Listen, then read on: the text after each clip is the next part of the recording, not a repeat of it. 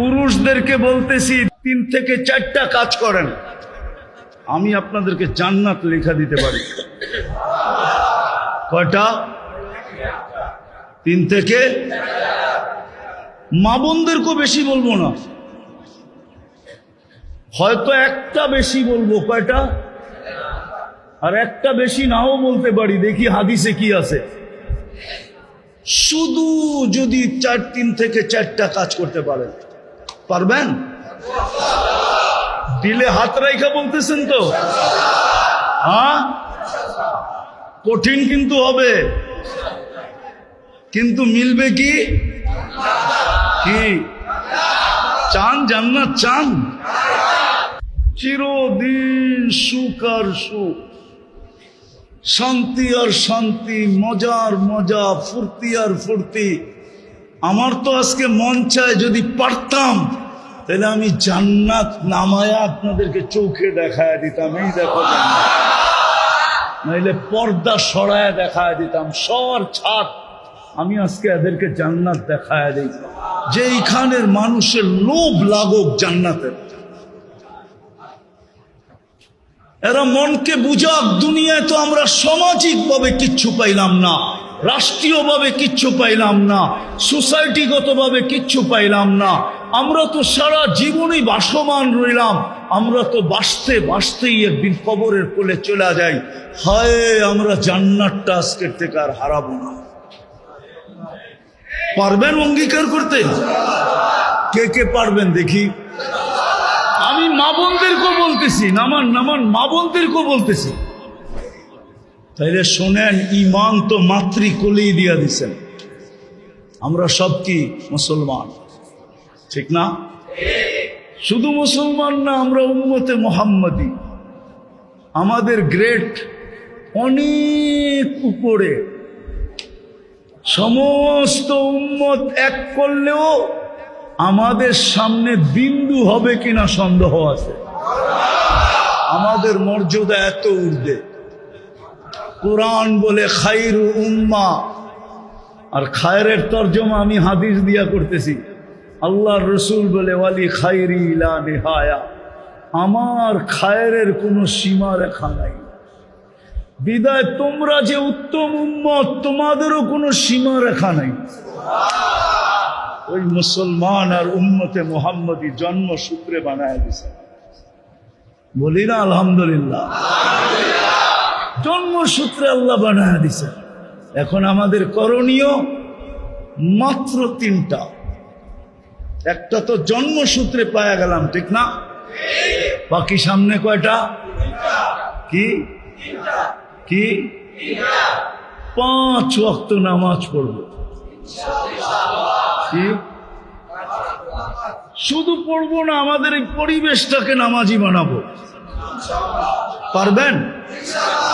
পারবেন? রব্বে কাবার কসম, যদি 5 ওয়াক্ত নামাজি হতে পারেন আর বানাইতে পারেন, জান্নাতের চাবি আপনার হাতে। আসসালাতু মিফতাহুল জান্নাহ, নামাজ জান্নাতের চাবি। চাবি পাইলে খুলতে কতক্ষণ? চাবি পাওয়া গেলে খুলতে 5 ওয়াক্ত নামাজ। আর আমি জানি আপনারা রোজায় বড় পাক্কা। হ্যাঁ, সত্য তো না? পাক্কা না? আমি শুনছি আপনারা নাকি রোজায় খুব পাক্কা। রোজার বলে আপনারা আপোষ করেন না, তাহলে রোজায় তো আপনারা পাক্কাই। 2টা হয়ে গেল, নামাজ আর নিজে নামাজি হব, পরিবেশকে নামাজি বানাবো। পারবেন? আর রোজায় তো আপনারা পাক্কাই। রোজায় তো আপনারা, আরে আমার কথা লেখা রাখেন, যদি রোজায় পাক্কা হন তাহলে কিয়ামতের দিন দুনিয়ায় তো যা সম্বল ছিল তা দিয়ে ইফতার করছেন, ঠিক না? কিয়ামতের মাঠে আল্লাহ ইফতার করাবে। ইফতার এইবার বোঝেন ওই পেঁয়াজু কিরম হবে, ওই আলুর চপ কিরম হবে, ওই বেগুনি কিরম হবে, কেননা আল্লাহ কুদরত দিয়ে বানাবে। আর চতুর্থ হলো যতটুকুই ভোগ করব হালাল ভোগ করব। পাইলাম তো ভোগ করলাম, না পাইলাম তো সবর করলাম। কেন আমার বিশ্বাস আপনাদের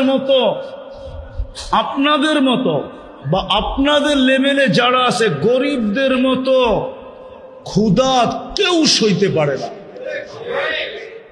সত্য তো, গরিবদের মতো ক্ষুধা কেউ পারে? পাগল হয়ে যায়, পাগল, ঠিক না? কত কর্মচারী চাকরি গেছে গা সময় মতো বাড়ির থেকে টিফিন কারি আনে নাই দেখা, না বুঝাইতে পারি নাই।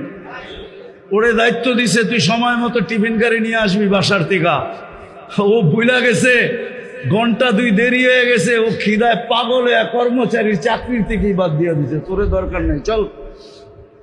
বুঝা গেল ও খিদা সইতে পারে না, কিন্তু গরিবরা খিদা সইতে পারে, ঠিক না?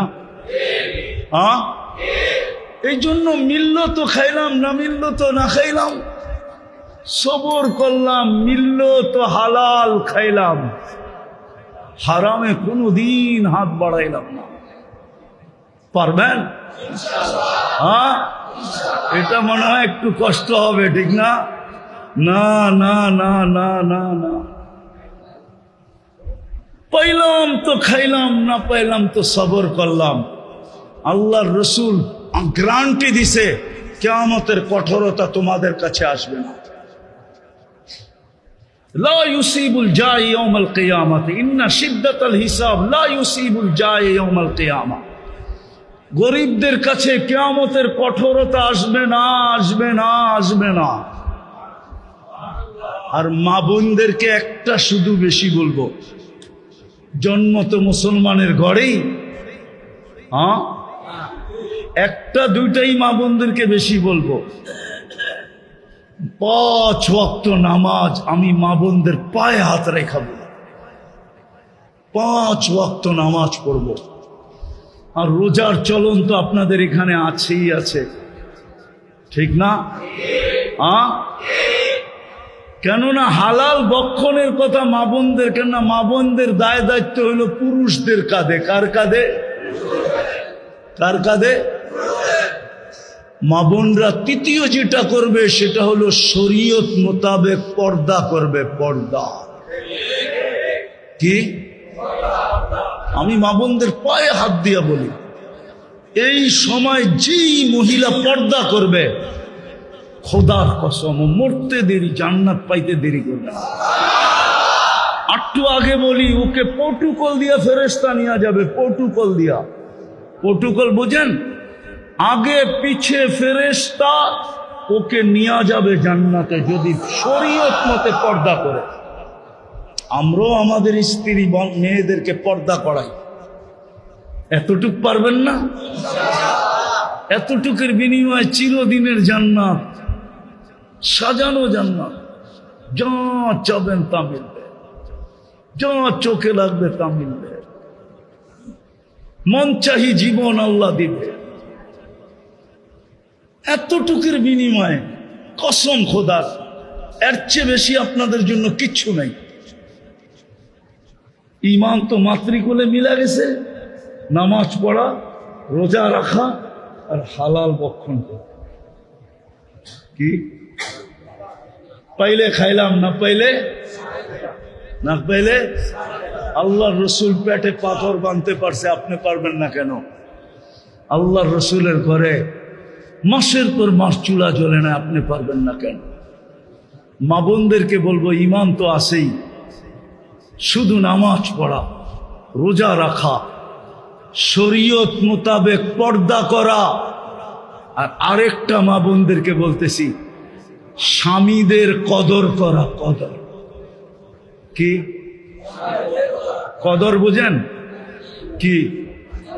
সম্মান করা, ইজ্জত করা, মূল্যায়ন করা, স্বামীদের কদর করা। কদর আজকে আপনাদের এখানে না, আমার এন্টার সমাজেই স্বামীদের কদর নাই। বরং দেখা যায় গরিবের ঘরে কিছু আছে, ধনীদের ঘরে তো আরো কদর নেই। শুধু থাকে একসাথে, কিন্তু কোনো স্বামীর কদর নাই।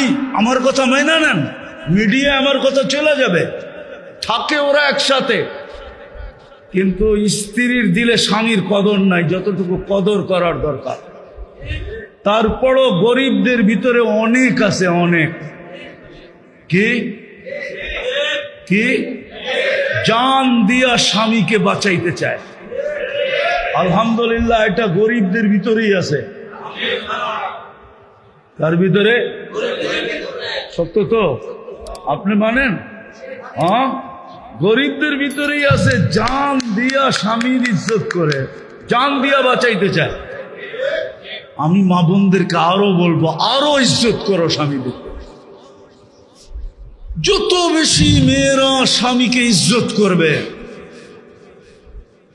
বুখারীর রিওয়ায়াতে আছে, তাকফুরনাল আশিরা, তাকফুরনাল, স্বামীকে অসম্মান করা, ইজ্জত না করা জাহান্নামে যাওয়ার মেয়েদের সবচেয়ে বড় কারণ। এই জন্য আমি এই আওয়াজ যত দূর যেতেছে, আমি মা বোনদের পায়ে হাত দিয়া বলবো, ঈমান তো আছেই, 5 ওয়াক্ত নামাজ পড়বো, রমজানে রোজা রাখবো, শরীয়ত মোতাবেক পর্দা করব, খাওয়ার দায়িত্ব তো স্বামীর কাঁধেই। আমরা স্বামীদেরকে মন দিয়া ইজ্জত আর কদর করব।